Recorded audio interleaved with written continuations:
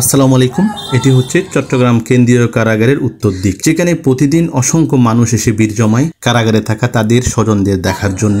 জানালা দিয়ে এত দূর থেকে দেখা যায় না, তবুও স্বজনরা এখানে আসে। প্রতিদিন সকাল সন্ধ্যা মানুষের যে চিল্লাচিল্লি এখানে চলতেই থাকে।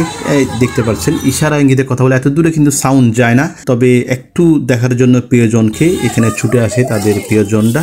তবে এটার কারণে আশেপাশে যারা ব্যবসায়ীরা আছেন তারা খুবই বিরক্ত বোধ করেন, কারণ প্রতিদিন এই মানুষগুলো এখানে এসে চিল্লাচিল্লি করে ডাকাডাকি করে, যার কারণে তারা আসলে খুবই বিরক্ত। এরকম প্রতিদিন হলে অবশ্যই বিরক্তিকর। দেখতে পাচ্ছেন জানালা থেকে একটু একটু করে দেখা যাচ্ছে অনেক দূরে, তবুও তারা আশা নিয়ে আসে তাদের প্রিয়জন এখানে বন্দি, তাদেরকে এক নজর দেখার জন্য। অনেকে সকাল সন্ধ্যা পর্যন্ত বসে থাকে। এই যে তারা স্বজনরা এখানে তাদের প্রিয়জনদেরকে দেখার জন্য এক নজর দেখার জন্য বসে থাকে। এই যে জেলখানা থেকে বের হয়, আবার অপরাধ করে আবার জেলে যায়। আসলে মানুষের শিক্ষা নেওয়া উচিত, একজন আরেকজন থেকে আসলে দূরে চলে যাওয়া। এগুলো যদি আমরা যে অপকর্মগুলো যদি না করি, তাহলে কিন্তু এই যে বিচ্ছেদগুলি, এত দূর এত কষ্ট করে প্রিয়জনরা দাঁড়িয়ে আছে এখানে, এগুলি হয় না। তবে মানুষ ভুলে যায়, সাজা পেয়ে এখান থেকে বের হয়ে আবার সেম কর্মকাণ্ড করে আবার সেম জেলে যায়।